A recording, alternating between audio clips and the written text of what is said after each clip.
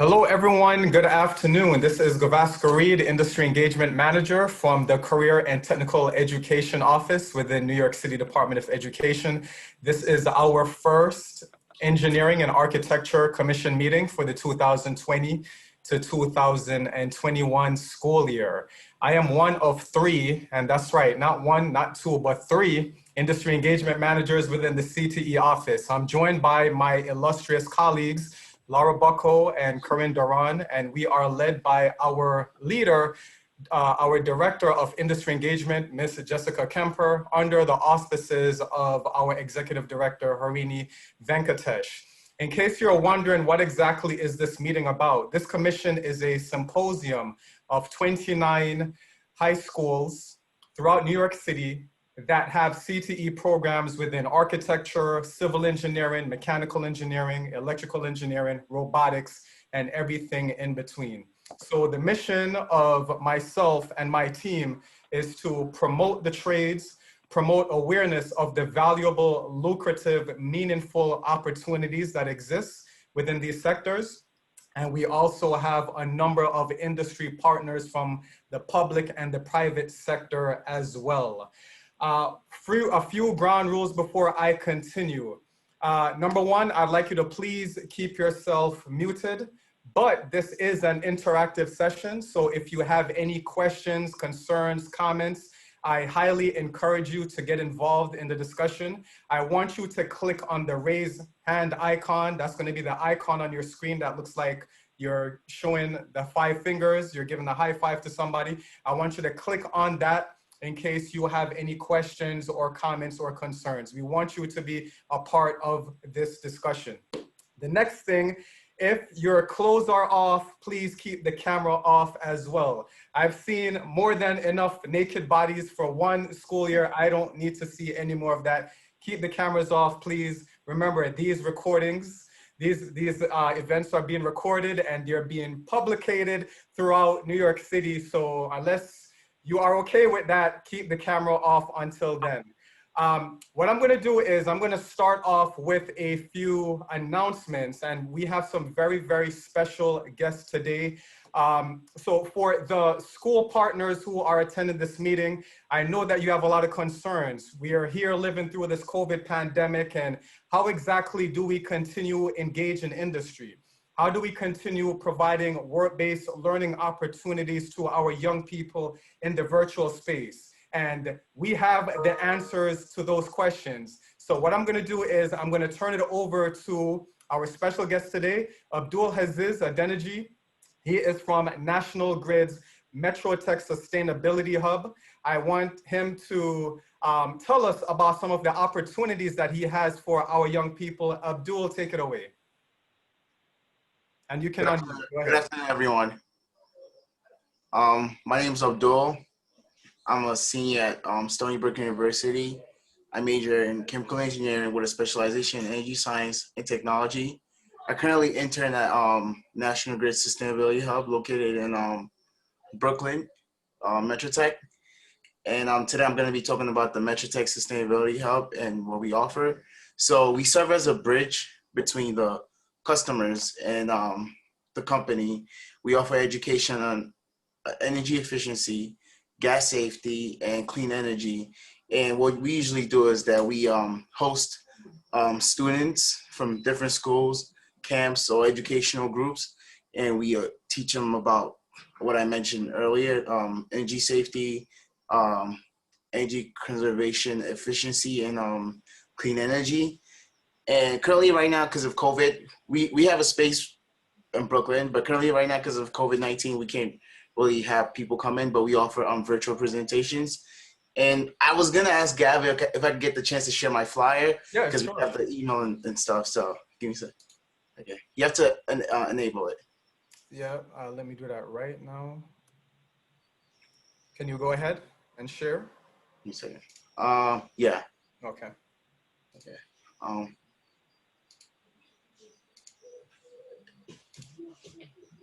Is it showing the screen? Is it showing like the flyer? Yep, we see it. Hold on. Is it showing the flyer or you see it? We saw the flyer, now we see that cartoon. Okay, sorry. It's my flyer right here. If you would like to contact us about hosting a presentation or in the future when everything's back to normal, we have students come in. Here's our email, Metro Texas Stability Hub at gmail.com. And we have social media pages that you can follow where we post weekly about safety tips, energy tips, energy conservation tips. So feel free to take a picture and email us if you'd like to schedule a session with us. All right. And Excellent. everything is free.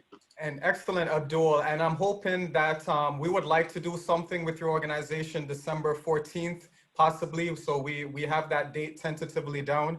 I'm going to send out an email to all of our schools in this commission so that we can expose our young people to careers having to do with National Grid. So thanks a lot for that, Abdul. We also talk about that careers. So a lot of people think because the National Grid is a utility company, so a lot of students probably think it's just engineering, but we have a lot of business careers there. And we also talk about the engineering careers there too when you come over. So get them started at a young age. Yep, excellent. Thank you so much for that, Abdul. So again, if you guys have any questions or concerns, you can reach out to me or Abdul directly. We are planning to do another virtual event on December 14th, tentatively, and I'll follow up with all of our schools in this commission later on. Thank you so much for that. Thank you very much. All right, next up, I want to... It's Mr. Pepinella, nice to see you again. Oh, Mr. Pep, how you doing? That was my teacher in high school. Didn't mean to interrupt the call. I just wanted to say hi. Hi. All right, excellent. See, this is what we all live for. We love to see our young people grow up into professionals who can give back to our sector. So thank you for joining, Pep. All right, so next up, I want to feature one of our newest members to our commission. I wanted to feature Mr. Matthew Sangen and the Structural Engineers Association of New York. Matt? Engineers from some of the other engineering fields out there. So we were able to have a virtual presentation about a week ago that was attended by about 150 high school students. So that was really exciting for us. That was a great opportunity. And we're looking to expand that in the future, do additional presentations with either larger or smaller groups. And hopefully in the long term, we'd like to be able to do some in-person events so we have the opportunity for more interactive or hands-on type activities with these students. But we're really grateful for this opportunity to be here and looking forward to working with all of you. Thank you.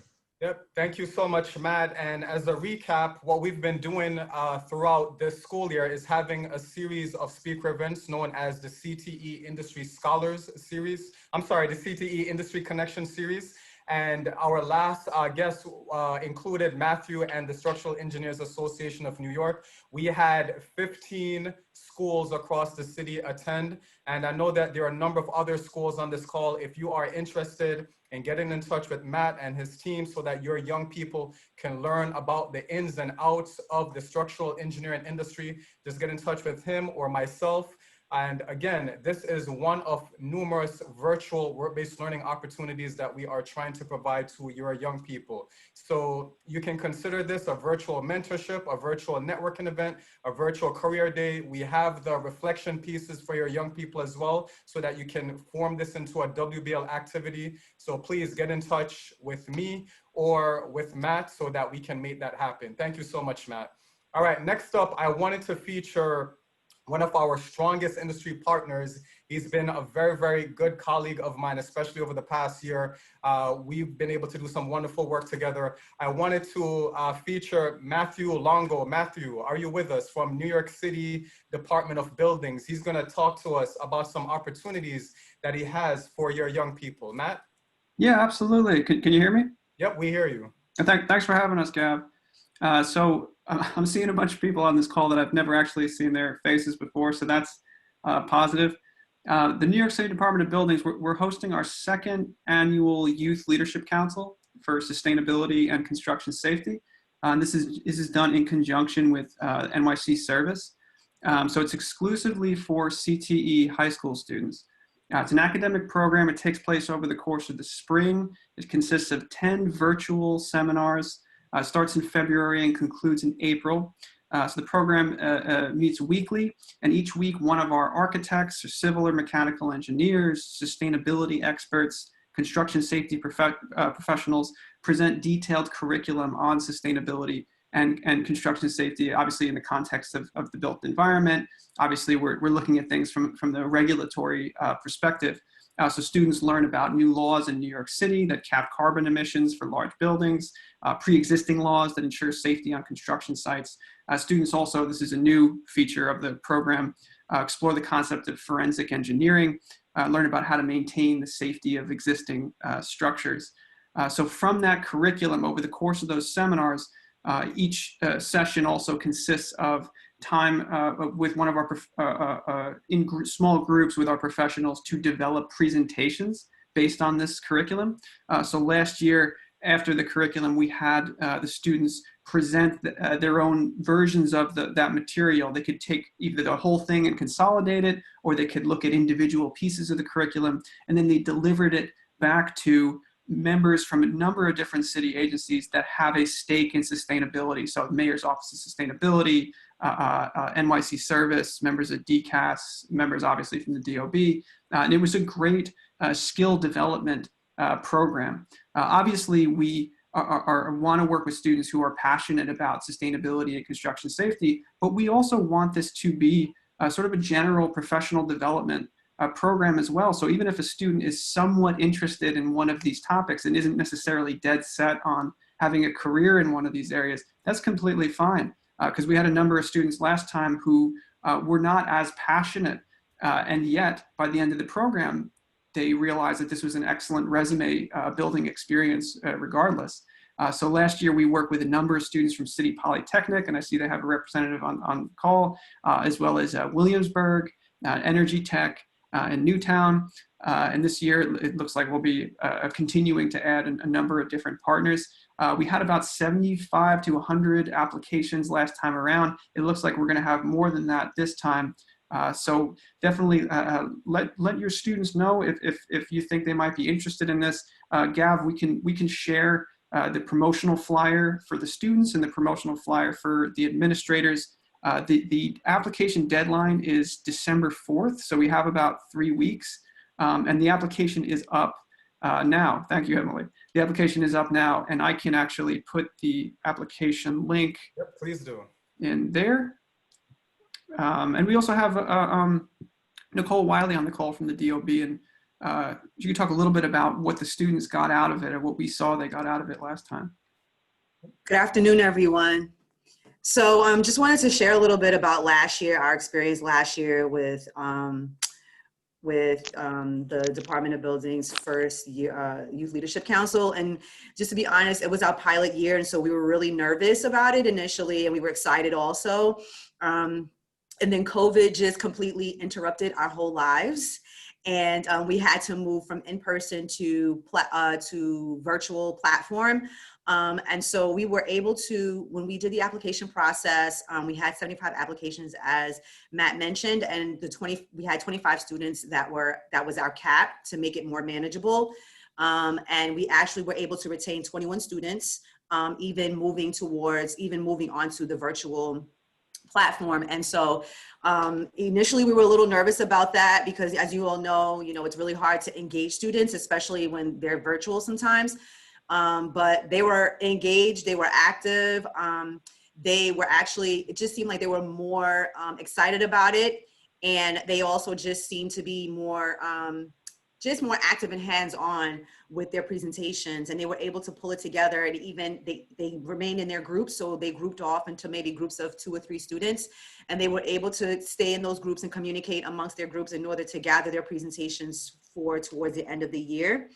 And so we were also able, even though we were on virtual, and even though the incentive, which was internships, seemed pretty bleak once we moved to the virtual platform due to COVID, the students were still really excited, and they were able to communicate also with DOB staff persons.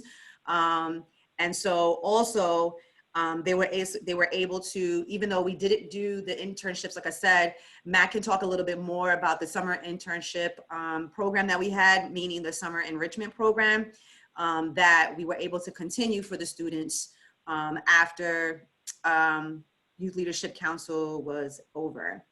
Go ahead, Matt. Yeah, so to wrap it up real quick, we would like to connect more to internships. Obviously, we're still figuring out how internships will look, remote or otherwise, at the agency. But already, even with students who were in the previous group, we've seen sort of synergy between our other programs. So we have an enrichment program that's more geared towards the college students. Students who really love this program went on to that one. We did have some students who actually were placed in internships right before COVID hit. So I imagine that we'll see that same kind of synergy. So if folks are interested, tell them to reach out to us. Applications are due in about 3 weeks, and let us know if you want to hear more. And then also one more thing, we ask that the students attach their resumes to the application. If they don't have a resume, it's okay. We also work with the students during Youth Leadership Council on resume writing and cover letter development as well.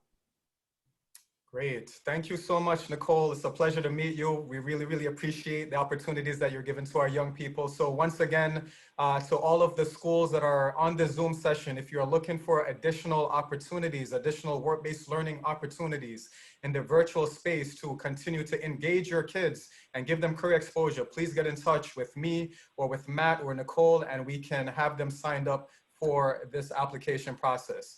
All right, next up, we are going to turn it over to our co-chair of the commission. Hopefully he's on the call. I saw him log in earlier. He's no stranger to us. He has 30 years experience in executive management, 40 years experience in academia, and he has been responsible for a number of mega projects throughout New York City and the country. You may know him from his oversight of the building of the 2nd Avenue subway line, which unfortunately none of us are using anymore since we're stuck at home. I hope he didn't think that he made that in vain, but Dr. H, I'm gonna turn it over to you. Dr. H, telling me that you're on. I saw you log in earlier.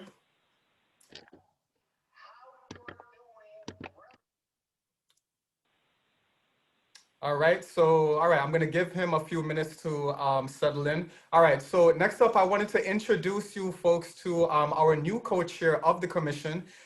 We have now included Mindy No from Perkins Eastman.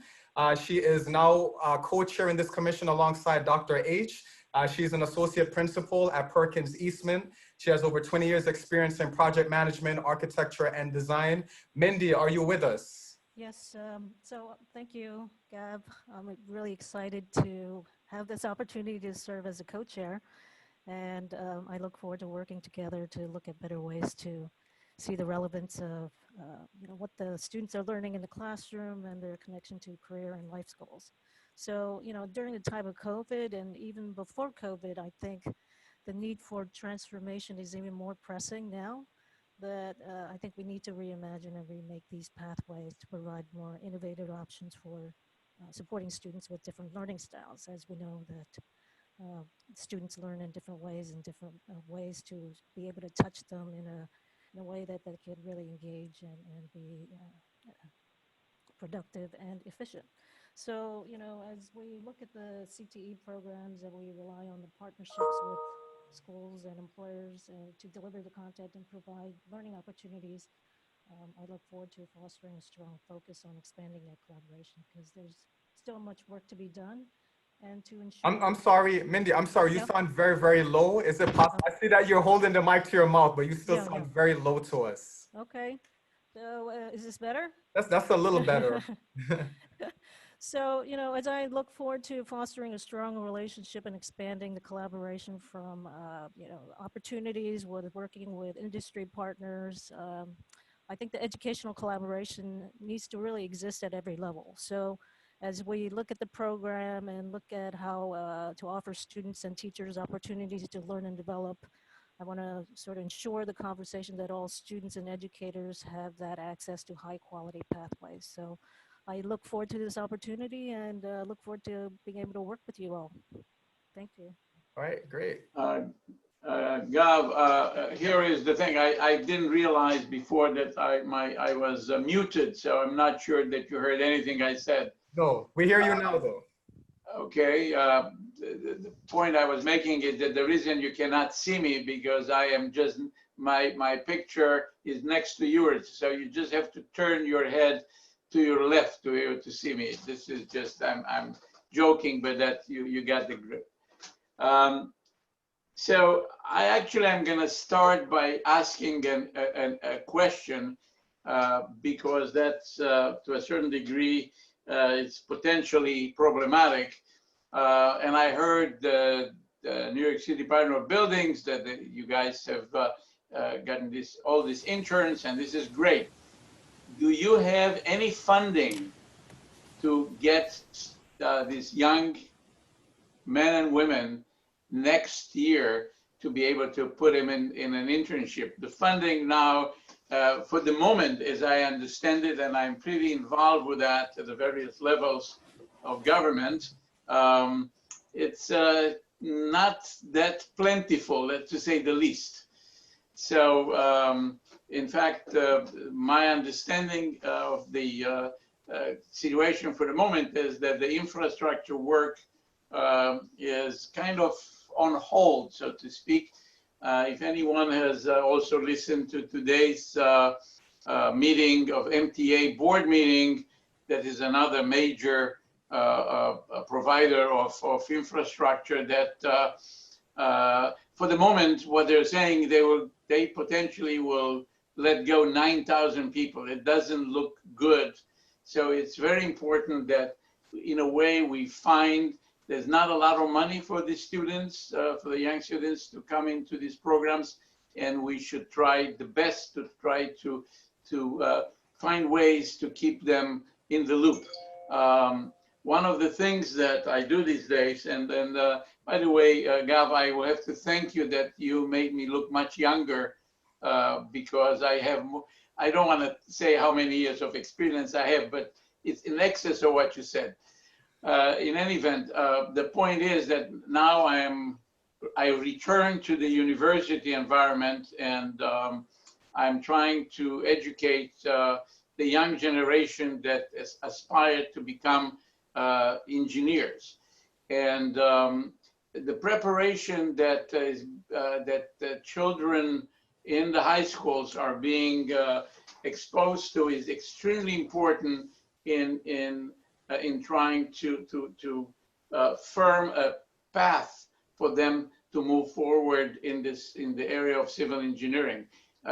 Some of them have gotten there and they have really no clue as to what it is, as an example, to become a project manager in construction.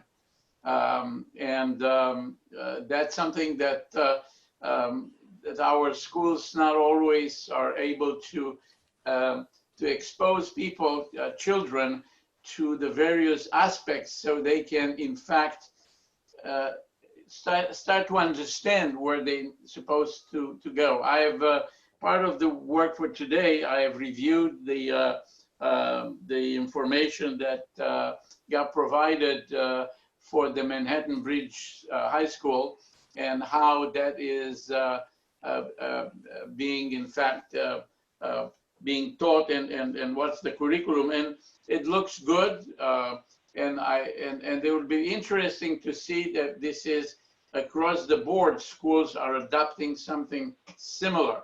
I would say that there is a need to talk to these young women and men to look at other aspects of engineering. One important aspect that anyone that has ever been in construction would know is safety. And this is probably a key component that there is never too early to expose young people to learn what's all about and how that's going to be done. So my point here is that we have to try very much to integrate areas from engineering that will appeal to young people. So when they do come into the profession, and if it's civil or mechanical or electrical, they need to actually be much more exposed to what's necessary to move forward. And quite frankly, there is a need also to emphasize that mathematics is important. There used to be many years ago when I was going to college that they always refer to civil engineers as electrical engineers wannabes that did not know enough math. So my point being that we need to encourage these young people also to take very seriously the preparation in the area of mathematics and physics, because that's something that they will use.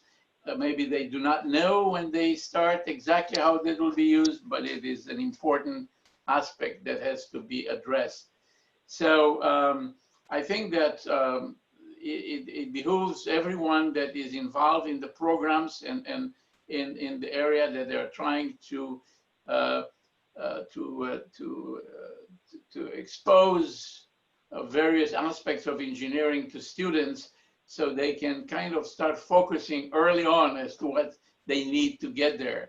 With that, I would like to, in fact, welcome all of you here. I look forward to working with Mindy on progressing this program, and hope that the COVID-19 and the fact that we have to do all of this work from the home and on a computer is going to have a relatively minor impact, although I can tell you right now, because I'm teaching a number of classes online, and that's tough. And this is not as tough for me as it's tough for students, and to keep them in the loop and paying attention is really very important. And I'm going to share with you one experience, because some of you are in the business of teaching. And I'll tell you that I have right now, one of my classes, I have 30 students in a class. So when you are in class, you can relate to them outright and you can see what they do. When you are at home, you have a computer, and the question is, do you see them all? And the answer is, not exactly. So one of the things that I'm doing in order to engage everyone is I mandated that they all be actually online with their picture. And I'm looking for a live picture, not a picture that they post while they are at Starbucks. I want to look at them and I want to see them moving, and I'm actually giving them part of the grade is participation in class. So I am kind of calling on them, and one thing that is not always achievable, but I try by having a double screen. On one screen I share the material, and on the other screen I am having in effect the pictures of all the students. So if I see them on a still pictures, I always go to them and ask them to turn their picture on, because you never know if they're ever there or not. So that applies at all levels. That applies to the high school kids. It applies to everyone, that you want them engaged. And engagement is much tougher online. If you didn't know that, I'm sure you did. But you need to get people to be there with you when you carry and when you teach something, so that you have to make sure that they participate and they are engaged on what you're doing. With that, I'm gonna pass it all to Gav so he can go and we can get the review on the curriculum, right? That's the next topic. Yep, thank you so much for that, Mike. And I didn't want to interrupt you as you were speaking. In case you guys weren't aware, an announcement has just been made. All New York City public high schools will be shut down starting from tomorrow. The city has reached its COVID positivity cases threshold. So this just came in. I see that there are a few folks who are texting me and emailing me. So all New York City public schools will be closed indefinitely as of tomorrow. Only the high school or everything? All public schools in New York City. Yep. But let me ask you something, because I'm listening to the wrong news.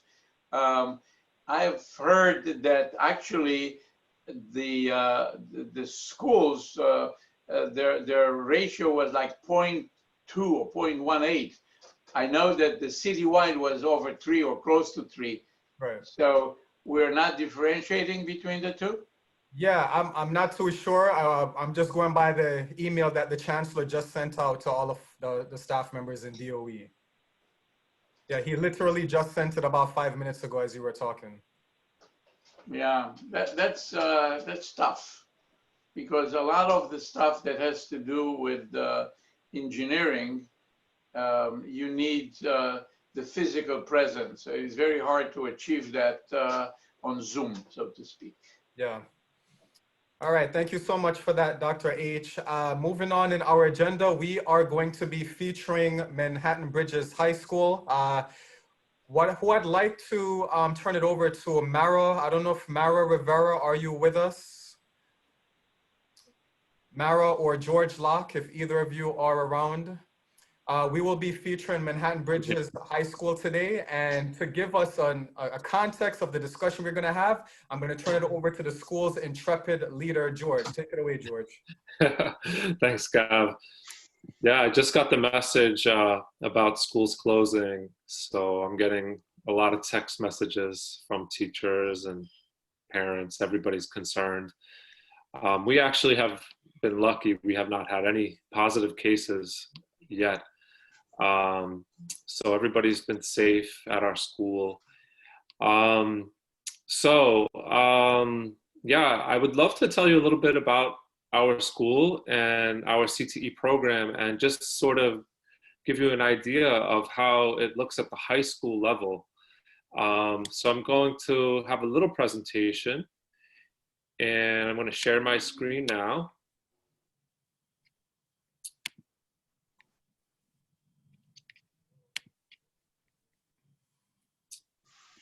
Oops.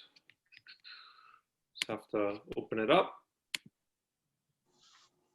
And the slideshow. And here we go. Okay. So I always like to have a few pictures, because we really need to understand that the teenagers, we sometimes think that they're older than they are. They're actually really, really young. They're still closer to the kid phase of the game in a lot of ways. Now, these are a lot of our seniors, so they're a little older. And this was a great day. We had the Chancellor, Richard Carranza, here in our school, and he actually brought a consulate from Mexico. So you might wonder, well, why? Why Mexico, right? Well, our school was actually founded in 2003 by Mirza Medina. And the name of the school, Bridges, it actually has to do with taking in and supporting immigrants as they enter the country. As you might know, maybe your family or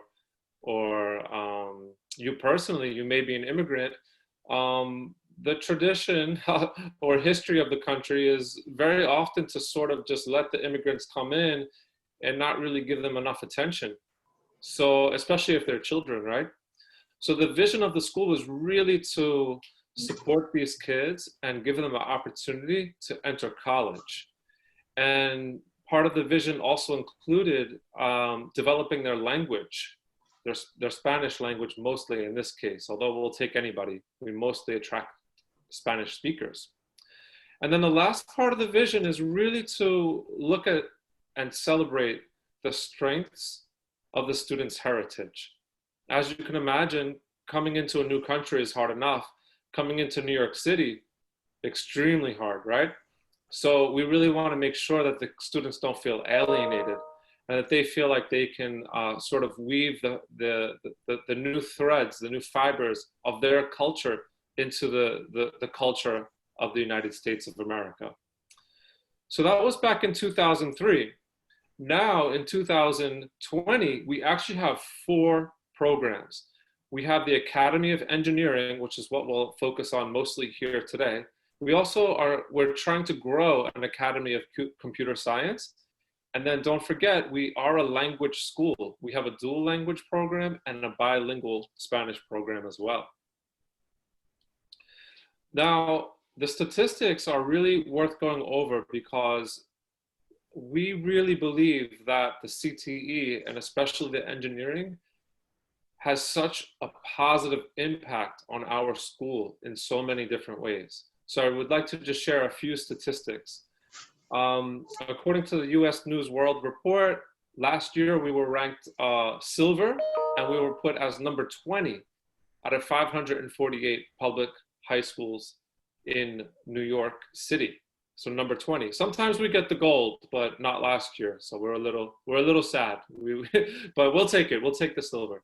Our graduation rate last year was actually 93%. We've averaged over 90% for 10 years.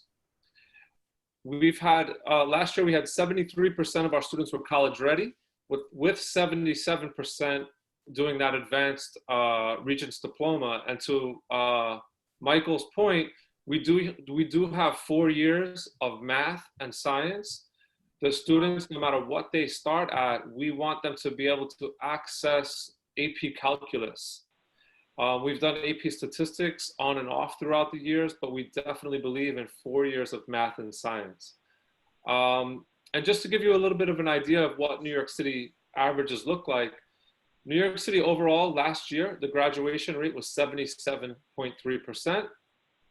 But for L's, and bear in mind, because we cater towards immigrants, the majority of our students are L's or former L's. The graduation rate for L's was actually only 41% in New York City last year. And then for Hispanic students, if you just look at that ethnicity alone, it's at 72%. So like I said before, we've been successful for almost 20 years now, and we really believe that the CTE and the engineering is a big part of that. And I can explain a little bit more why later. I hope I get the chance to do that. But I also, because this is kind of a quick presentation, I wanted to show you a little bit about our curriculum. Okay, so we actually follow the Project Lead the Way curriculum for our engineering sequence.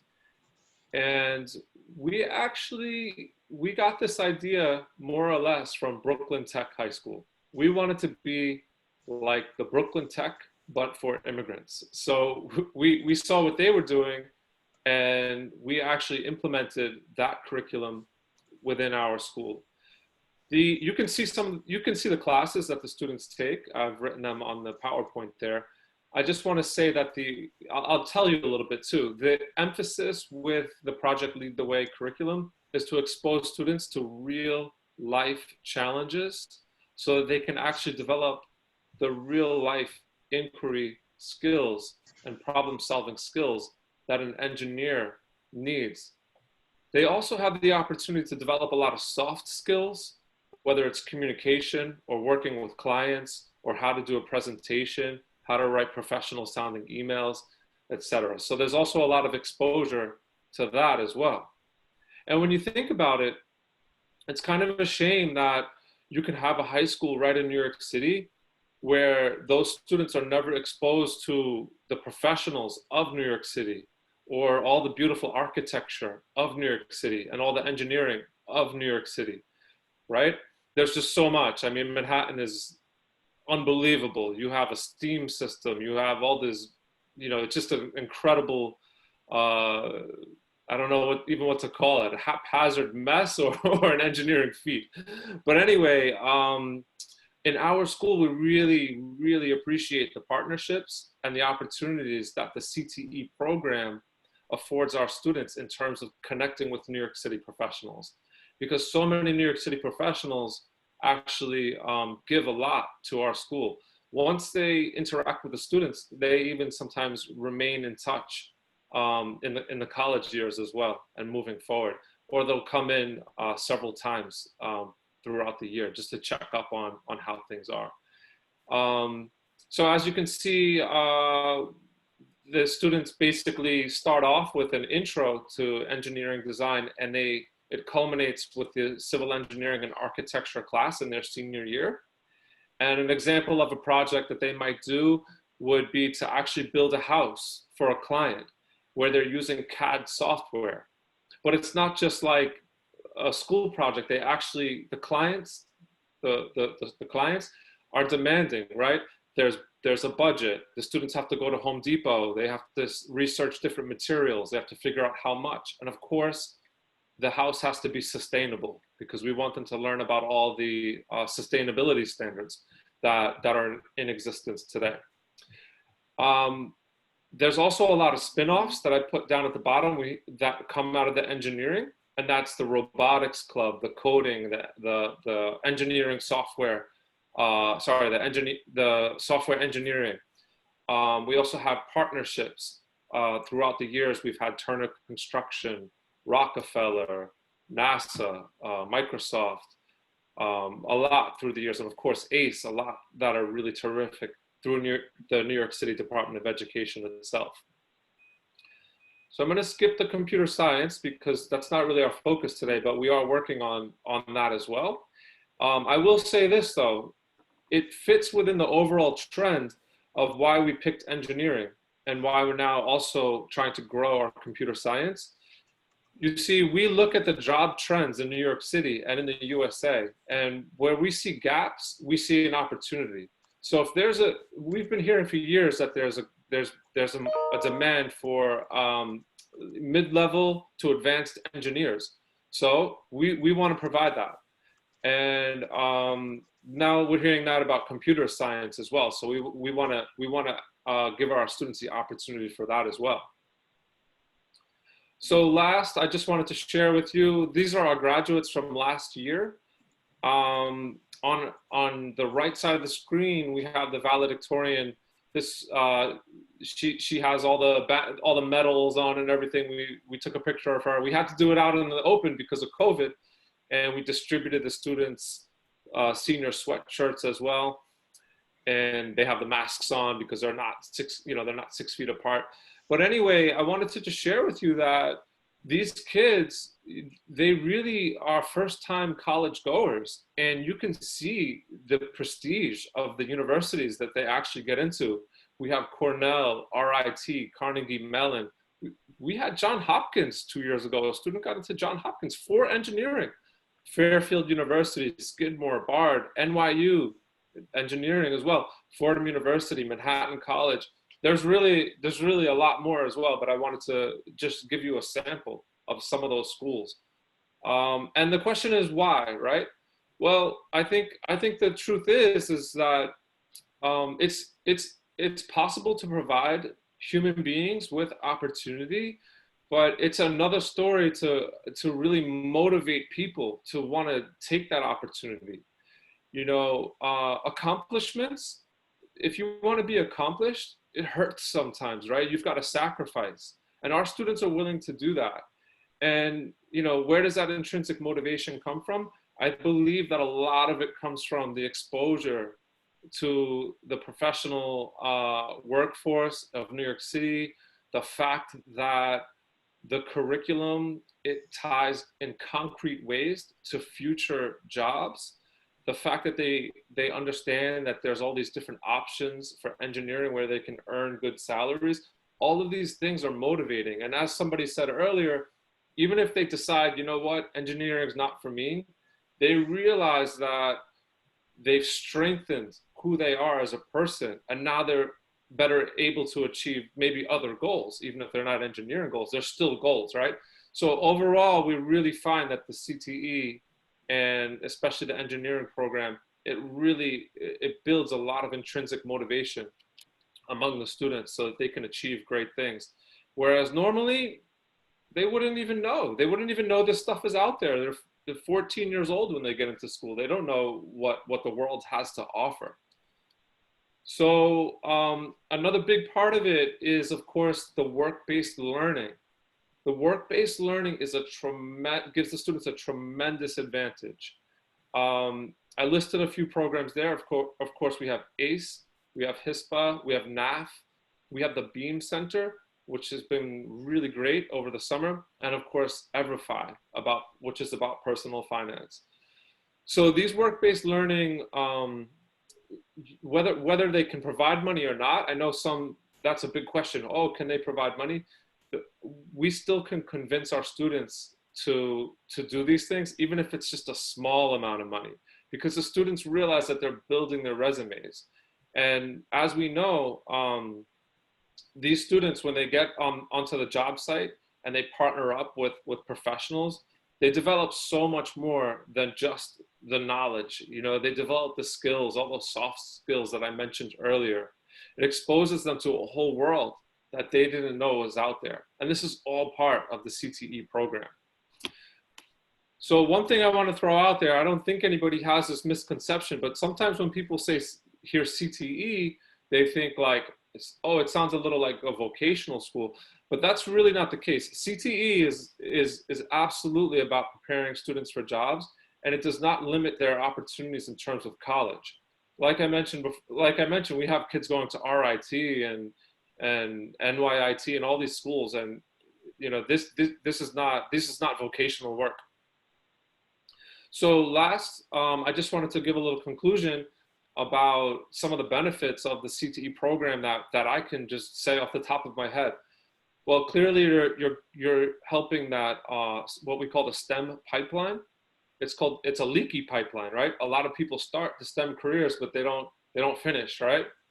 Well, in this case, I can tell you for sure that my school and the work that we're all doing here, we are actually giving certain people access to opportunities where they're underrepresented. So a good example, for example, is females, right?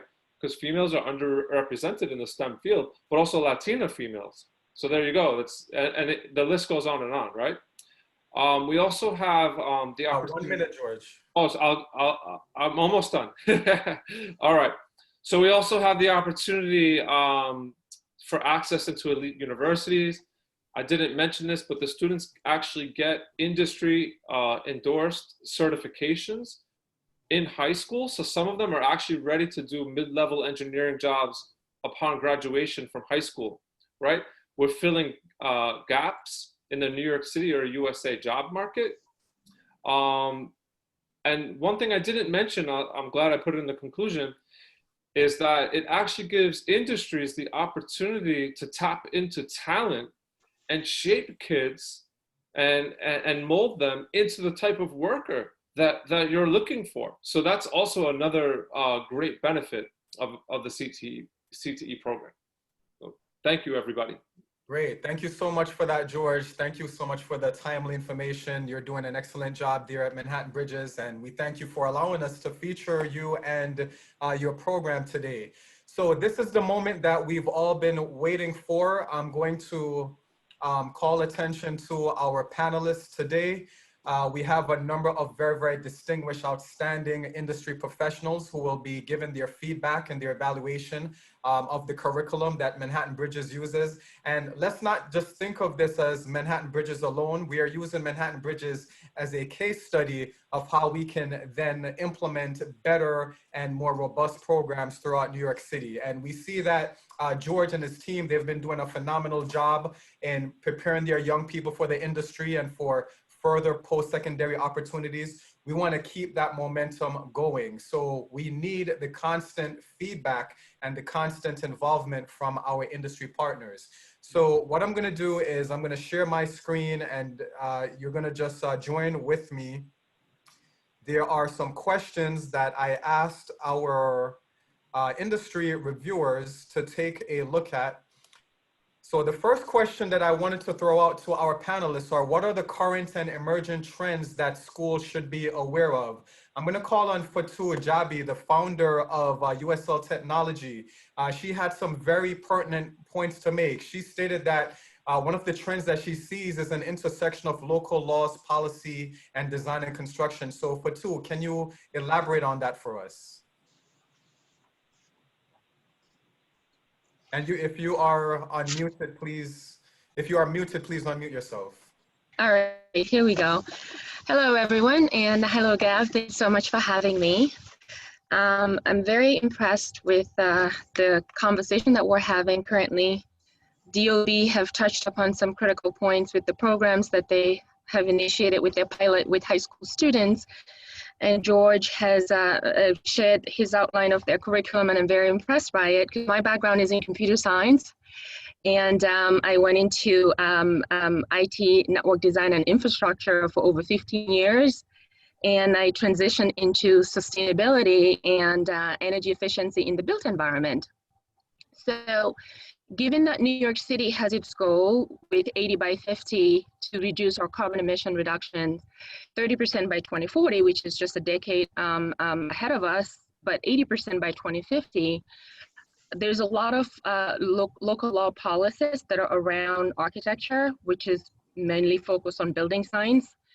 Local laws around energy efficiency regarding electrical system, heating and cooling systems, and the use of smart technologies as well. And as much as there's a huge component of the policy, which is part of the compliance, design professionals in the architecture and the engineering field need to kind of work with policymakers, which is what we do at my company. So in terms of planning and design, working with architects, mechanical designers, or even mechanical contractors, having to translate those policies into the brunt of what is the engineering work or the technology due diligence that needs to happen to be able to reduce energy use and in turn reduce carbon emission is this intersection that I think that when it comes to young people, whether it's at high school level or at the college level, starting to like have these conversations integrated into the curriculum would be a huge value add and a very great advantage in terms of building capacity and also increasing the knowledge gap that we are currently experiencing right now in the industry. I mean, as we all know, sustainability and climate policy are dictating a lot of the design and construction work that's happening, not only in New York City, but across the country. These trends are not going anywhere. And upon reviewing the material that you shared, I thought that that's something that I probably should be adding. So I would say building science, building energy simulation modeling for both code compliance and also for compliance with high performance building design and construction projects, whether it's new construction or existing building retrofits, is super, super critical. And I'll be very happy to have additional conversations in this area post this conversation if necessary. Great. Thank you so much for that, Fatu. Thank you for that information. Next, I wanted to hear from Sapna. She is one of our commission members from New York City Transit. Sapna, you had mentioned one of the trends that you realized happening is the need for data science and data-based decision-making. Do you want to speak more on that for us? Sure, Gav. Thank you for inviting me to this panel, and I'm very excited to be here. And it's been a pleasure listening to Dr. H and George and everyone else who's spoken today. Just wanted to, so where I'm coming from is the need to make database decisions. So there are a lot of changes going on. And with COVID-19, things have changed even more. And we've moved even more into a kind of virtual environment where things kind of occur at a distance. And the one way of connecting us with everything that's going around is data. And there's plenty of information out there. The problem is how much of that information is actually being used to shape what we do, the decisions that we make, right? So I work for New York City Transit, and we're a large organization. And with having that many people, it's great.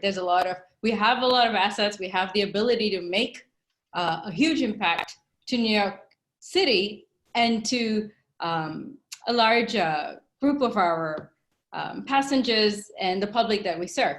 However, it's hard getting changes made in our environment. So data science really is one of those tools that we can leverage to make changes. And with young people, I have a 5-year-old girl. And very early on, I wanted to make sure that she was into STEM. So we introduced coding and a lot of STEM toys and apps to her early on. And it's amazing how quickly kids learn. So with high school, with middle school, this is the perfect ground to lay the importance of data science and give them the abilities to kind of take it further than we are at right now. So I think data science is going to be, it already has started becoming a large portion of the emphasis in every company, and it's only going to get more so over time. Great. Thank you so much for that, Sapna. And I've been waiting for a long time to have you on one of these panels, and you could see that there was a lot of excitement on LinkedIn once they found out that you're going to be speaking today. Thank you for joining us. All right, so next up, I wanted to introduce Jose Suarez from Mount Sinai. Jose, hopefully you're still with us. Jose, you had mentioned that one of the trends you see is the reduction in energy consumption, and you see that there's a transition towards green buildings and net zero energy buildings. Can you speak to that for us? That's right. Yeah. Well, first and foremost, thank you, Gav, for having me. Before I touch on that, though, I'd like to add some additional context to my bio slide and to why I'm on the call with all of you. I was an A student back in high school, and I did attend CTE high school, aviation, career and technical high school in Long Island City, which was really the beginning of my journey towards engineering. I'm participating for two reasons mainly. To get the word out that initiatives promoting STEM academic programs and careers work. And secondly, because I think that having graduated almost 5 years ago, but not super long ago, it gives me a unique perspective to help highlight some of the good things and hopefully to help address some of the things I believe can use some level of constructive feedback to provide the best value for the students on the other side. Now, reduction in energy consumption and green buildings. So something intrinsic to new construction, new building design that was sort of overlooked in the past, maybe even 10 years ago, was, as Fatu explained earlier, the implementation and the rollout of certain local laws, right? So now there's a certain criteria in terms of energy usage at the site level where you can't pass a certain threshold in energy consumption if you want to build in New York City particularly. So now New York City and California, those are the two states really pushing the charge, leading the way, paving the way for, I guess, sustainable design. And that's something that I think is great to sort of incorporate into the program, into the conversation, because it also adds a level of I guess interest, maybe not so much complexity, but it adds a level of, I guess, societal stewardship. It makes the student, it helps the student see that their work can eventually help with solving some of the world's pressing issues, right? It's not just building without a purpose, it's building to essentially save the planet, more or less. All right, great. Thank you so much for that, Jose. It's a pleasure to have you on our panel. Next up, let's hear from Alexandra Liz, one of our industry partners from IFMA, another young lady that I've been waiting for a long time to feature. Alex, hopefully you're still with us. You had mentioned that— I am here. Great. You mentioned that schools need to learn more about and teach more about maintaining office space and the importance of building systems and facilities management. Can you tell us about that? Absolutely. So just similar to Jose, give some background. So I went to school for High School of Art and Design, focusing on architecture and really just doing drawings and understanding design aspects and engineering. And from there, went on to Cooper Union to study architecture with engineering courses. And I would say that, one of the things that I've learned in my career since I've graduated is, design is always important, but one of the big things that people will always focus on is, whether it's office space, the usage of the space, as well as the building systems. And I think that's something that everyone could relate on this call is that their students are learning certain aspects of the building already, whether it's plumbing, mechanical, electrical. There is always going to be a need for these services. And as we continue to focus on sustainability, how do we make workplaces better for the individuals? It's not just about the design, but it's about bringing all of these collaborative ideas and figuring out how could we better use these resources. There's always a better way of designing all of these aspects to a building. We don't think enough about it sometimes. We just install a light because it may look nice, but there's so much behind installing one light, right? Whether it's the bulb wattage, the type of lumens that are coming out of that help a person feel that they want to continue to work in that space. So I think, if we are able to talk to the students and show them the importance of that, it'll get them excited, right? Because sometimes, as I said, one small thing, you don't think of it as the whole aspect of it. You may think it's a really small portion of it, but it's all important in building and maintaining all these spaces. Great, thank you so much for that, Alex. All right, the next question I wanted to throw out to our panelists are, what are the technical skills that you noticed were missing from the curriculum? And I want to hear from Jesse of Perkins Eastman. Jesse, I saw that you had a lot to say about climate analysis. Can you tell us about that? I'm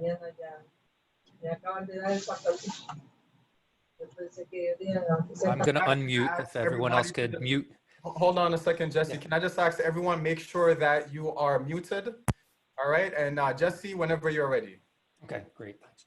I want to thank everyone who's come before me, and I think that some of my comments are going to kind of touch on, or stitch together some of the comments that came before from Michael and George and Fatu and Jose in particular. Kind of looking at this in terms of relating also to trends. There's a lot of push in terms of research and evidence-based design that's going on, and also data-driven design, and that feeding into and relating to building information modeling. As we've mentioned already, getting feedback loops and getting data into the design so that we're working with real evidence of the decisions we've made is very important. And climate is one really good good example of this.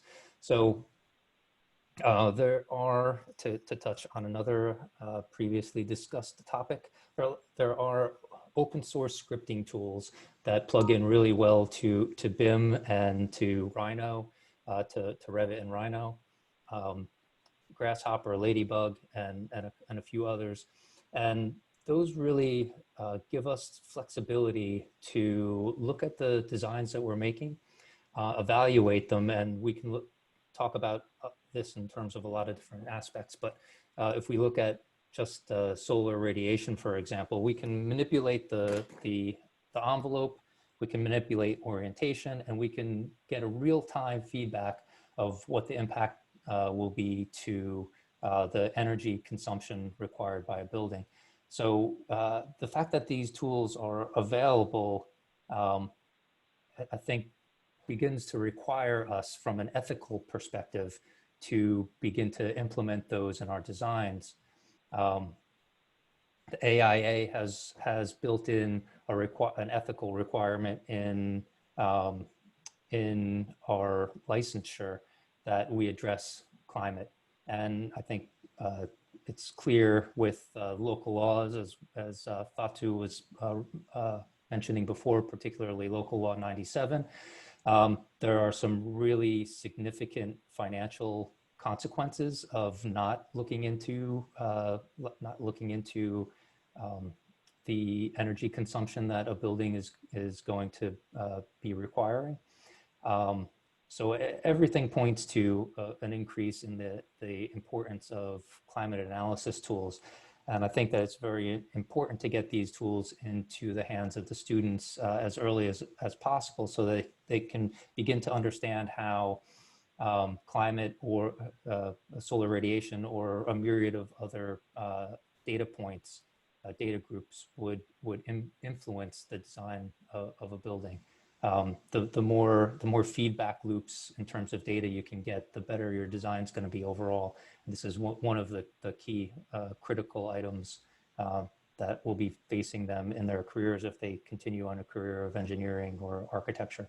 Great, thank you so much, Jesse. And as a reminder to our guests, if you have any questions or comments for our panelists, please click on the raise hand icon within the participant section of the Zoom link, and we will address your question or your concern. You can also feel free to use the chat box as well. I saw Karen on earlier. Karen Armfield, are you with us? I don't know if you wanted to jump in. Okay, so I'll get back to her. All right, so I wanted to— I'm here. Sorry, I was muted. Yep, go for it. Hi. Yeah, so one, thing that I thought maybe could be added is I see a lot of, the architecture teams at where I was with AECOM for 20 years, and they use a lot of the 3D printing to make their different models of the different buildings and to, plan out how the site's going to work out. So I think it would be a good idea if the students got to learn how to use that kind of equipment in the architectural classes in addition to CAD. I'm foundation engineer, so I don't use it personally, but I see that the architectural teams, they'll take the CAD model and translate that into the 3D printout, and then they'll have a printout of, the skyscraper or whatever it is they're designing, which, so it would be a good background to have for the students to learn how to write the code for that and how to, create the different objects with that. And also, I see a lot more use of different robotics and drones and things like that during construction. Drone inspections and more some automated construction processes. So maybe if you said you had a robotics club, maybe if you got into more about how these different technologies could be used for inspections or different phases of construction, would be good for the construction and architecture program. Okay, great. Thank you, Karen. It's good to have you with us. I want to turn back over to Jose. Jose, you had mentioned that one of the skills that you noticed was missing from the curriculum is the MEP aspect. Can you tell us more about that? Yeah, absolutely. And first, I wanted to touch a little bit on what George mentioned earlier. Said that Manhattan Bridges High School often gets together and they review at a staff level this curriculum to roll out and to make sure that it aligns with professional career trends at a local level. Now, I'm a graduate of NYU Tandon, formerly known as NYU Poly, mechanical engineer. And unfortunately, during my time there, it didn't seem like the curriculum there aligned too much with career availabilities at a local level. I think that at least the mechanical curriculum was very heavy on manufacturing, 3D design, and that's all great, and I definitely learned a lot from it. And the idea of college and school, it's to help you think critically, right? It's not necessarily to prepare you vocationally, right? That's where the distinction needs to be drawn. But at the same time, like for instance, these examples in the CTE curriculum for Manhattan Bridges, it highlighted the architectural, the civil aspect pretty well, but it did not include the mechanical portion of, I guess, building design, right? The HVAC, mechanical, electrical, plumbing aspect of engineering. So I think that if incorporating that aspect, it definitely will open some interest in the eyes of a lot of these students, which, again, this career path, the one that I chose, HVAC, energy efficiency in buildings, it was completely unknown to me at a college level, right? And again, it's not a college's job to inform me of this, but at least to throw it in, sprinkle it in some way, I think would be nice, right? Because we're covering architecture, we're covering civil. There's another component to that, right? Because in a project life cycle, at least from a construction standpoint, you've got your structural engineers, you've got your architects, you've got your construction managers, your owners reps, but you also have the MEP piece to it, right? Your buildings need electric power, your buildings need ventilated clean air, especially now more than ever with COVID and to address those issues. So I think incorporating that aspect to the program is definitely vital. Great, makes sense. All right, thanks a lot. All right, I wanted to go back to Gav. Gav, go ahead, Mike. If I may, I wanted to add one aspect that I think that the young people in high schools will very much want to deal with that, and this is robotics. And we are not, and it will be very important at this stage to actually, the future of construction to a certain degree will go towards robotics. And it is important that actually we start touching upon that, particularly that young children, young adults are, particularly in high school, that's part and parcel of what they're interested. They look at games, they look at things, and they do not necessarily are able to make the connection that robotics is going to be a very important influence in the construction industry. So I think that that's a topic, at least, that could be touched upon so people understand that it could be part of the mechanical and programming. That's really an area that is really taking off right now in research and actually utilization. Great, thanks for that, Dr. H. All right, the next question that I wanted to throw out there are, what are the industry standards that are missing? And a lot of our schools, they use the CTE standards. The schools that are on the call know what I'm talking about. Fatou, you mentioned that you wanted our schools to be teaching the ASHRAE 90.1 code compliance also. Can you just elaborate on that for us a little bit? Sure. So before I get into ASHRAE, let me actually dial it back a little bit, because ASHRAE is a standard, right? And it's not a law. So project owners can choose to comply with ASHRAE, or in New York City, we have something called the Energy Code, the New York City Energy Conservation Construction Code, which is the law. So for many new design and construction projects, needs to comply with that. And I think most going forward, more and more design and construction projects are going to be taking this a lot more seriously, because it's tied into a lot of the new laws that we've, well, actually, quite frankly, going back to the Greener Greater Buildings Plan local law back in 2009. And now with the Climate Mobilization Act, with Local Law 95, Local Law 97, all of these things are pretty much tiered. As you all know, the design and construction industry is multidisciplinary. We're talking about architecture, which is like the lion's share of energy efficiency, because the building envelope is what interfaces with climate, as Jesse had mentioned earlier. And then we're talking about the internal loads, where you're talking about the mechanical, electrical, and plumbing. So when you look at the New York City Energy Code, it already has all of these components in there, but also complements the building code, the mechanical code, and the electrical code. So integrating that into the CTE program not only helps, I want to say, Department of Buildings, because a lot of these drawings have to be submitted for permitting, right? So having that baseline really helps, even integrating ASHRAE 90.1, which is a standard, because when we start talking about building energy simulation modeling, talking about climate analysis, I'm a building energy simulation engineer, so I have to know all of these codes to be able to look at the architectural component, look at the mechanical component for high performance buildings. But now with Local Law 97, which actually takes all of these combined but puts it in a local law, it becomes a bit more critical.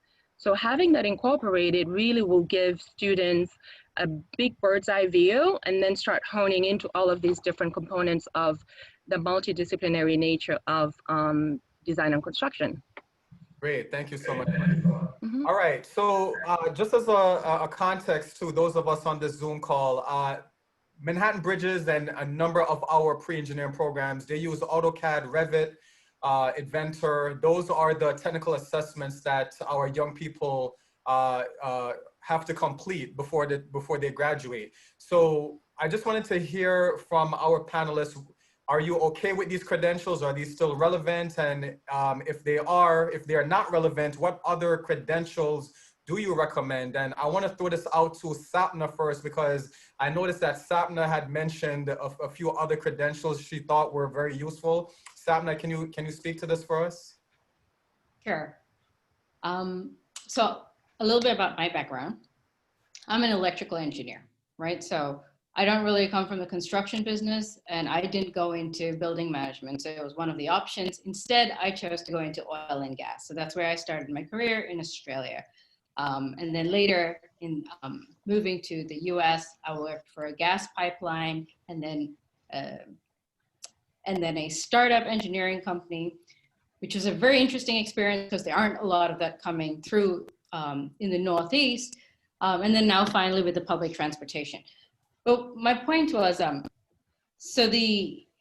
AutoCAD, Revit, and Inventor, it's useful if you're pursuing maybe a career in construction engineering. But I think it's very important, and it's something I lacked growing up, to understand exactly how wide the engineering field is, right? And I think Mike had mentioned early in his speech the importance of getting enough math in, the early years, because it builds a foundation. And if you decide not to go through engineering, that's fine. It still builds a very good foundation for you to actually do something else, right? A lot of engineers go into finance. My husband went into finance. But the point is, there are other certifications, and that's what I was trying to highlight in this. So rather than kind of focusing kids into a particular engineering field, if they're given the option of thinking what works best for them and aligns with their interests, it just widens the options available. And I think that's more so important when you're talking about trying to get more women into engineering. I think George had mentioned the idea that there aren't a lot of Hispanic women in engineering, let alone in STEM courses in general. It's true for all women too.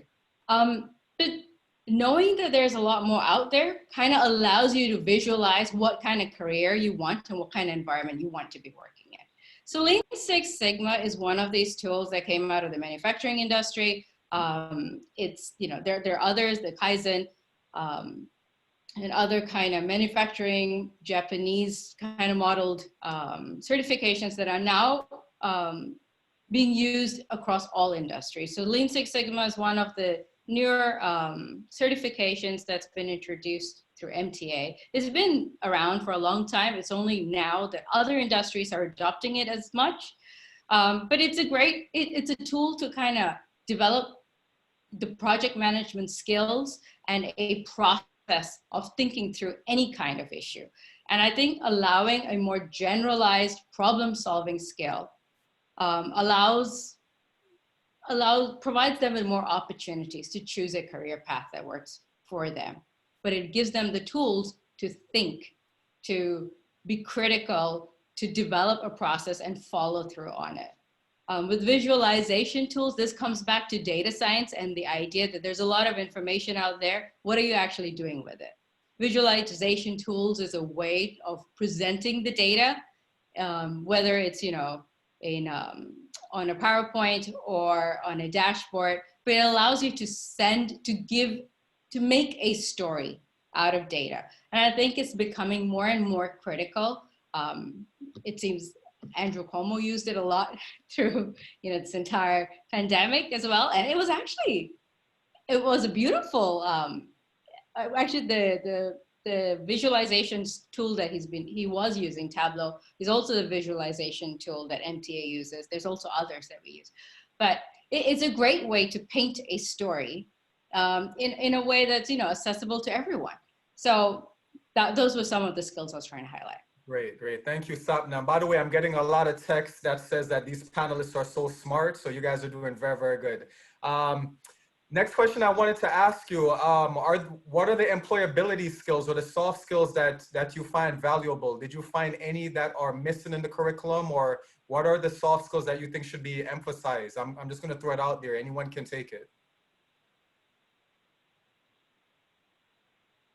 All right, so Jesse, I'm going to call on you first because you did have some comments to say regarding hearing from the client and. Yeah.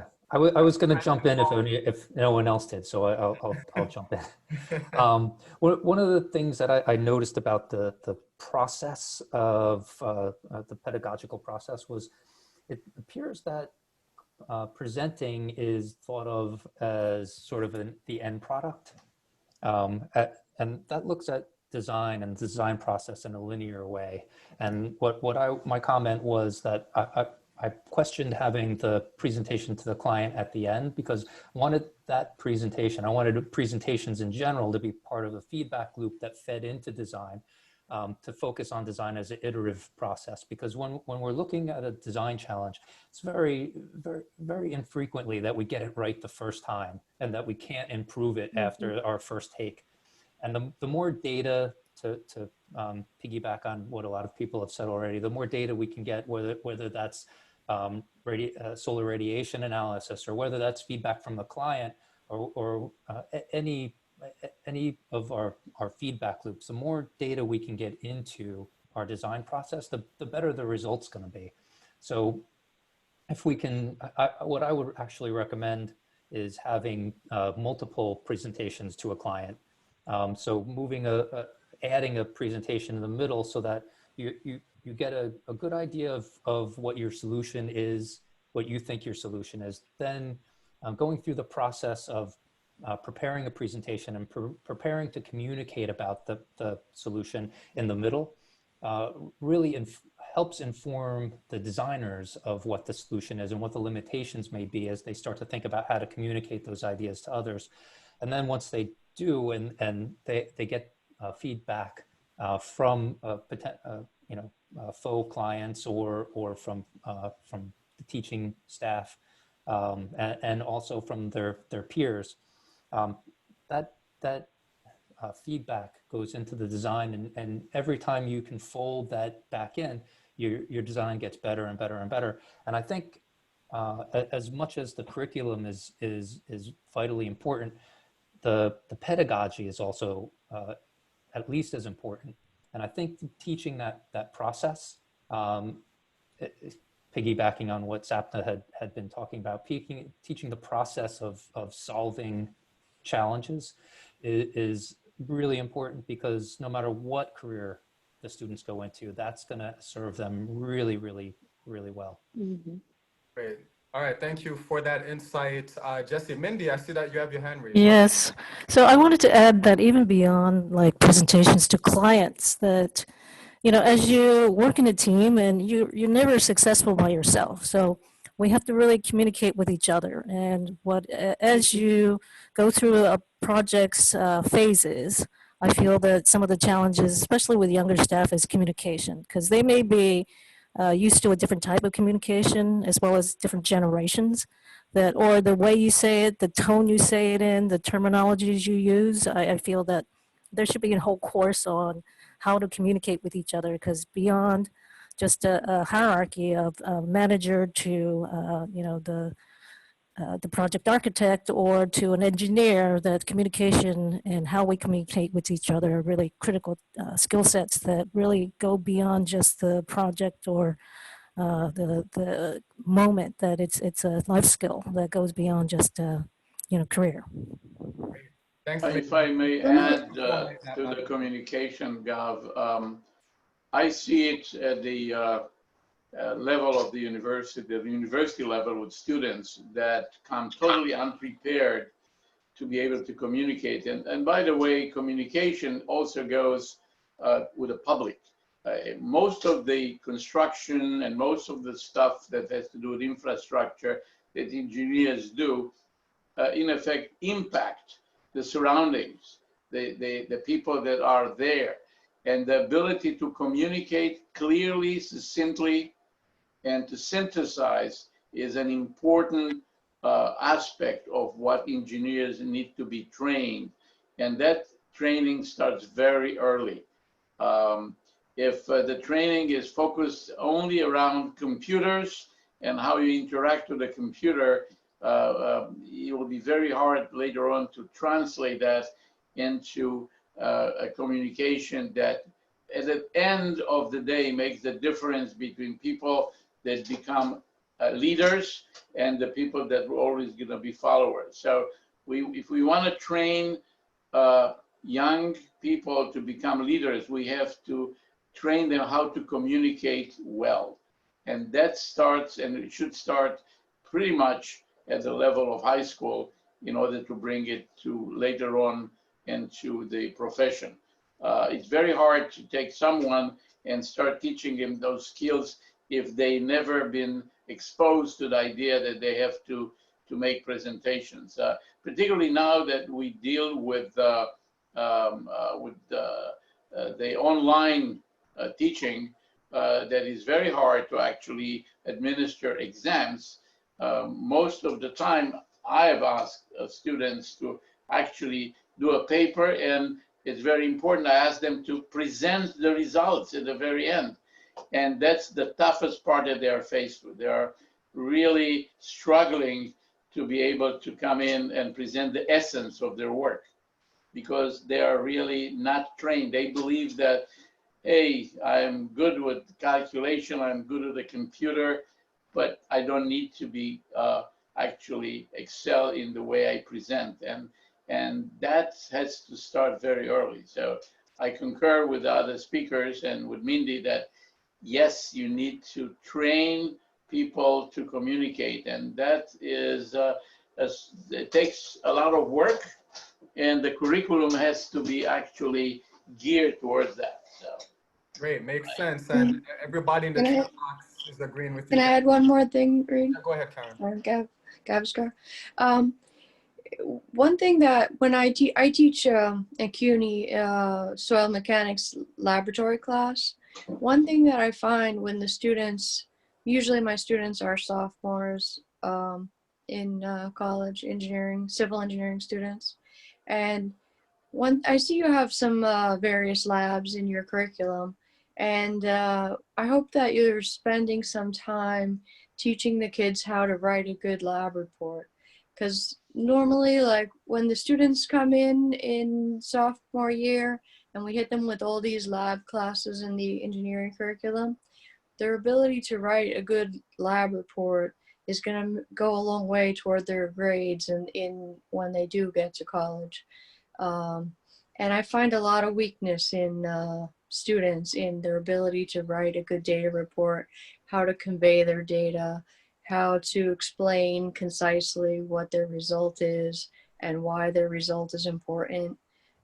So I hopefully your laboratory classes are also including some technical writing like that in having the students be able to demonstrate the evidence of their results.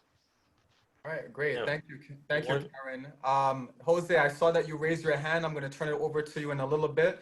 I want to try to hurry up and wrap up the discussion. And for those of us who are in a marriage or in a relationship, we don't like being told everything we're doing wrong. It's good every now and then to actually take a look at the positives, right? And what I wanted to hear from our panelists is, what are the things that you liked within the curriculum? What are some of the things that you liked within this CTE program? Because the rest of the schools on this call, we need to know what we are already doing correctly. We want to continue doing these good concepts. So I just wanted to hear from everyone. I'll start from you, Jose. You can also tie in whatever point you wanted to make earlier. But after Jose, I'd like to hear from everyone else just very quickly, something that you liked about what our CTE program is doing. Go for it, Jose. Certainly. You know, one of the, I guess, beauties in engineering is that, you know, unlike some other career paths, this one isn't as monotonous. So I think that the curriculum, as outlined by, you know, by the material shared by you, Gav, it's broad enough that it offers students a good sense of what they're looking at down the line, maybe at a college level and at a career level.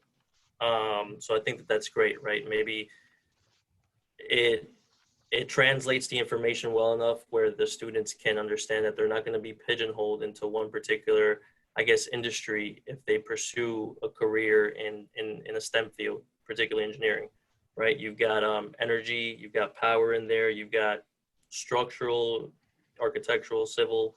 You're pretty much covering all your bases there.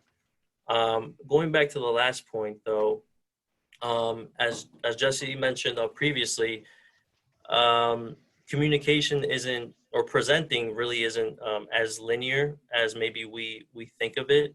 You know, it's more three-dimensional, right? So there's an external client, you're presenting to the outside world, but there's also an internal client, right? You've got to be able to coordinate continuously, right? That's like paramount, and it's intrinsic to, I guess, again, a project's life. I keep mentioning the project life cycle, but within like your own firm, right? If, for instance, back at my old job, my previous job, whenever I had to update something as a mechanical engineer, I had to continuously convey that information back to my other teammates that were plumbing engineers, electrical engineers, because things change continuously after getting feedback from the client, after getting feedback internally from the QA, QC review engineers. So, you know, students and this is a little bit more complex because it's not like a formula that you can teach, but that definitely, I think, should be incorporated when pretty much carrying out a particular assignment or project, that they have to, or they should be made to, I guess, coordinate amongst themselves, you know, continuously coordinate, because a lot of information gets lost in the sauce. So that needs to be emphasized. All right. Yep, go ahead. I'll add to that, Reed. What I like about the curriculum, I really like the section that has power, and I like how you have the residential design and the commercial design broken out, and the cost and efficiency analysis component to it. To add to Jose's point, I think communication amongst different stakeholders during the pre-design phase. I mean, I'm talking about buildings in this scenario. The pre-design phase and the schematic, you know, design, whether it's a new construction or a major renovation. I mean, we would like to think that in the design and engineering industry, you know, most engineers and designers don't operate in silos, but they do. And that's usually where the breakdown happens. So emphasizing the importance of communication during the design process before a construction document is developed is really critical, I think, for to be added in the curriculum, so that at that early stage, not only do they understand the concept and the importance of communication, but also learn how to apply this in their projects, because they can, I mean, even though it's a high school program and it could translate into a college project, eventually out in the professional world, these skills, these soft skills that we learn in collaborating and communicating across different disciplines is basically the way of the future. Because, I mean, the lack of it always ends up escalating cost, which can be tied into the cost analysis part of the curriculum that you have. But just connecting the dots for them through the communication process is super, super helpful for them to understand at a very, very early stage, and hopefully they'll be able to carry that on going forward in any discipline that they decide to focus on. All right, thanks, Fatu. So as you all realize that in the middle of this meeting, I had to make an announcement that as of tomorrow, our public schools will be shutting down due to COVID. I visited some schools. It's a ghost town in many of them. A lot of kids are learning remotely. So we wanted to hear from all of you. How are you and how is your company adjusting to COVID? Are there any type of advice that you can share with our teachers and our students who are studying architecture and engineering? So I'm just going to open it up. We'd like to hear, you know, what exactly are the recommendations that you have for us at this time? I'll start. I also want to touch on the previous one, because I think everyone who's spoken today has at some point mentioned communication and presentation skills. And I thought it was very interesting reading through the curriculum. It was not so much the fine print, but kind of at the end of every section, it talked about how the curriculum was wrapped in the idea of improving communication and presentation skills, right? So everything was still kind of based around the need to improve communication and presentation skills. And I thought that was a really nice and strong point about the CTE program, that there was already so much emphasis on communications and presentation. So I think that's kudos to the school and the curriculum.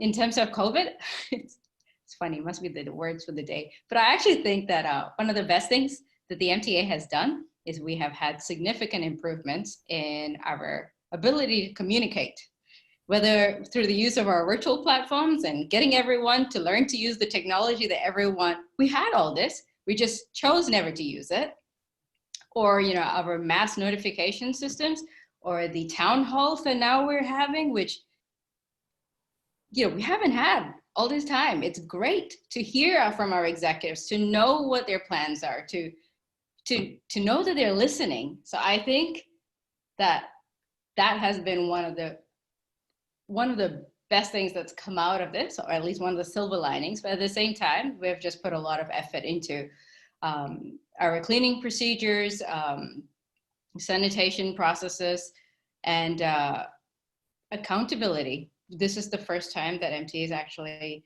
had people working from home. So accountability has become one of the largest things that's come out of COVID. And how do you account for people, their time, and what they're doing? Yep. So it's been there's been some silver linings. Yep. Great. Thanks, Sapna. Go for it, Mindy. Hi, so Perkins Eastman, which is one of the largest architecture firms in the city, we have multiple offices throughout the world, so we communicate fluidly through there. But when COVID happened, 100% of our workforce had to be remote. So it took us a while for the infrastructure to learn how to build the infrastructure to be able to have the resiliency. Obviously, when you have multiple offices, 14 offices throughout the world, that you need to collaborate between the same files, the locations, what you're sharing, as well as the physical spaces. So there's two aspects that I wanted to share. One was the physical space, that we did a lot of planning of the capacity of the space and what we were comfortable with and the state guidelines in each city. So at least for New York, we were comfortable with a 25% capacity. So we looked at who was interested in coming back, because sometimes you're working from a small apartment that you really need a break, that people have not left their apartments for weeks. So the office is open, and it's only for convenience only if you need a break. But the fluidity of the communication, and obviously, communication has been a very important topic, but the fact that we need to now schedule these meetings that typically were, in passing, or, you may be able to stop by someone's desk, but you no longer can do that. So everything has to be more organized and scheduled in a way that you could look at your day and meetings, and people are, I think, fatigued by the Zoom meetings or the WebEx meetings, but in a way that it really does help schedule one's time, because when you're working by yourself or in your apartment, that it's really hard to have those informal collaborations that are really critical in the design process, as well as being able to communicate with the co-CEOs that, previously there may not been a focus about having more of a global process about how do you convey information. And now things are more streamlined, that there's a conscious effort about sending out, status of the firm and financial status. So I feel that there has been a conscious effort on how to convey that information to the, 1,000-person firm, because in a way we have to really convey that we are working together as a team, that a lot of times when you're working by yourself, you have to feel like you're part of the team, and being able to do that in a way that everyone feels connected. Great, thanks, Mindy. All right, anyone else want to share any tips or advice they have for our teachers or students who are learning architecture or engineering during this time? Sure, Gava. I want to follow in Sapna's footsteps there and kind of address both of those questions that were on the screen before. Sure. Because I think it's really important to emphasize the ethics that are built into the curriculum here. And that's something that I wrote to you about that I think is really critical. It's really easy to focus on the technical aspects of solving an engineering or an architectural challenge. But I think we have to look at the larger picture of the impact of our work. A really good example of this is in chemistry.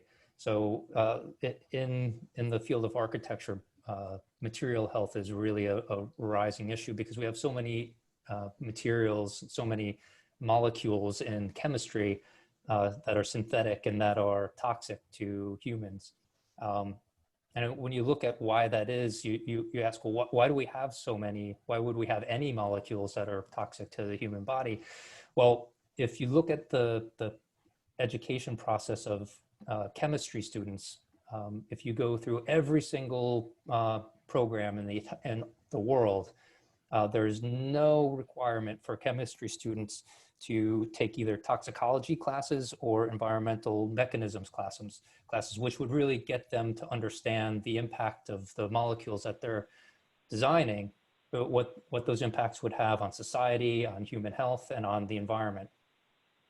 So they're given the tools of how to address the technical challenges without the larger scale tools of how to understand the impact of those solutions that they come up with. I think having an overlay of ethics on engineering and architecture to understand what the impact of your design solutions are, just to be able to have a conversation about those impacts is really critically important. And I think that should be emphasized throughout the curriculum. And getting to the comment about COVID and how we've shifted, I've had the opportunity, so Mindy talked to you a little bit about how our office, I work at Perkins Eastman as well. She's spoken about how we've adjusted. I've had an interesting experience. I've been a guest lecturer at NJIT on occasion for their design studios. So I've seen how they've dealt with it and how we've dealt with it. And I've got to tell you that the kids are really comfortable with an online digital identity and communicating far more than we are. You know, I think it just comes natural to them. They've always had that kind of online presence and online face-to-face communication. I think that in terms of advice about how to go about it, I was listening to Dr. H say and thinking to myself, yep, that's it, how to do it, that's how to do it, that's how to do it. So if you were listening when he was talking about how he handles his classes, I think he got it spot on. And the only thing I would add to that is that I have a high level of confidence in the kids to be able to navigate this new normal, or this new, hopefully temporary normal. Great. And Jesse, while I have you, one of the questions that was asked by our school, so we have Dr. Jax from Staten Island Tech. He's asking, can you provide links to any specific software integration to BIM that you recommend using if we are using AutoCAD or Revit? Yeah, absolutely. I can provide those on a follow-up if that works. But it has a lot to do with your workflow. So if you're working with Revit and working into that with Rhino, for example, a lot of firms will use Rhino as a form finding tool and then move that into Revit. So that really works well with a focus on or the use of plugins like Ladybug and Grasshopper. They're parametric modeling, and it requires some scripting, which is a kind of a steep learning curve, but once you get it, it's really, really amazingly powerful.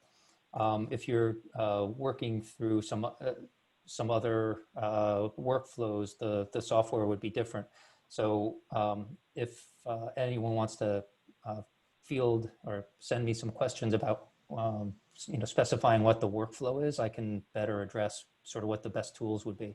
Great, thank you so much. And I want to try to hurry up and wrap this up. I know a lot of schools are closing by 4 o'clock. Susan, I see your hand up. Can you make it quick? Go ahead.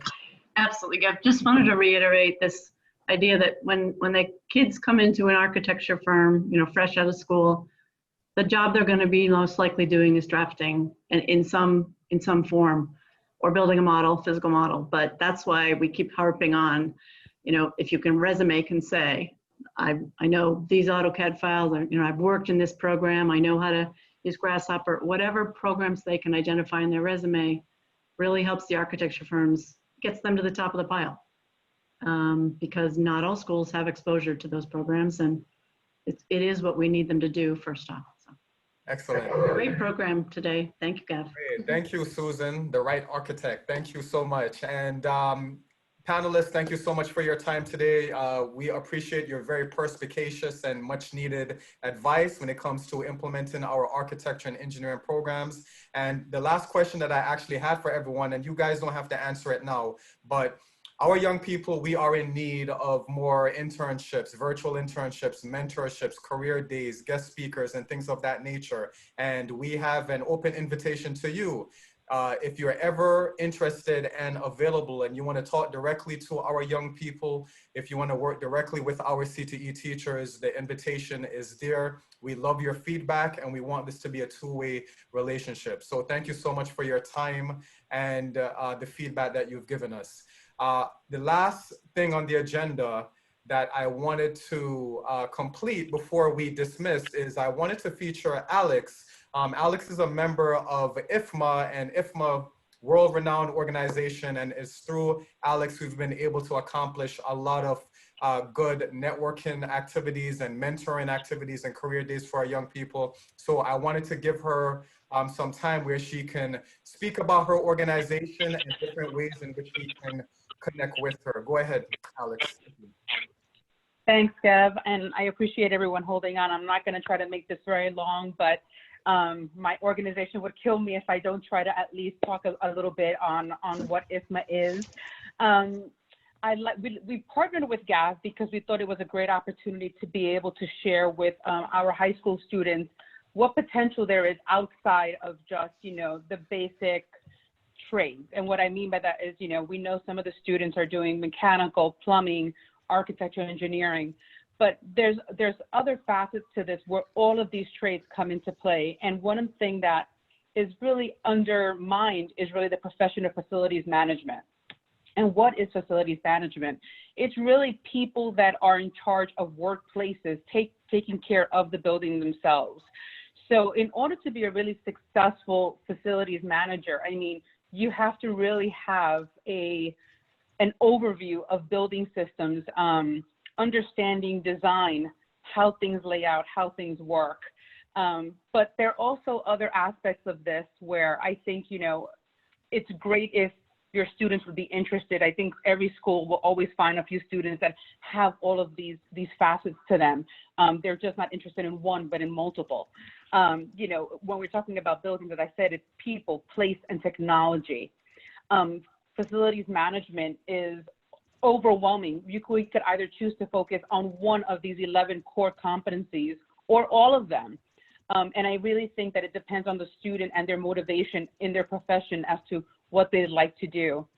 And as facilities management, we're working not only with architectural firms, but you're directly working with engineering firms, owners reps, to really make sure that the spaces you're delivering are the best ones for your facility. And why is the facilities management profession growing so much right now? There's definitely a big need for facility manager. Over the next 5 years, 40% of the workforce will be retiring. So millions of jobs will be coming online. And it is one of the professions where there will always be a job because every building that is basically around requires people to maintain them, to work with outside sources to keep them running. It gives a good source of salaries as well and really broadens the skill sets. So as I said, you can start anywhere, and this chart, it's a great chart to share with you. When you're talking about facilities management, you're talking about, carpenters, HVAC, everyone's thinking of the very technical aspects, but there is a very long career here. This career could lead you all the way to chief facility officer, where you get to explore sustainabilities of that firm. What are the best work environments to proceed with? So just so much that could be done in this career. And it's one of the reasons why I wanted to come out and talk to everyone here, because I think that if you see value to this for any one of your schools, your students, we are more than open to sit down with you and talk to you about what opportunities are there. There are now college programs. Pratt Institute does have Regina's online. Pratt Institute does have a course where you can now get accredited and graduate with a facilities management accreditation. IFMA themselves have tons of scholarships that could be given to students if they qualify to help them get into some of these programs. So I think that if, as I mentioned, if there is a potential interest in this, I will make myself available and talk to you and the schools as to how maybe we can reach some of your students and introduce them to the facilities management field. Gav, I thank you for the time, Gav. I really wanted to be able to share that with everyone here. Great, thank you for that, Alex. And by the way, for our schools, there should be no school on this call that says they don't have industry partners. We have a plethoric amount of industry partners who are willing and able to help out your young people. We just connected Alex and her team to City Poly, and Alex, I'd love to do, you know, some sort of citywide virtual event featuring you and IFMA in the spring. So I'm going to talk to you and Tim and Jose about that. Everyone, thank you so much for joining. Are there any last minute announcements that any of our partners, any of our schools, any of our guests have to make?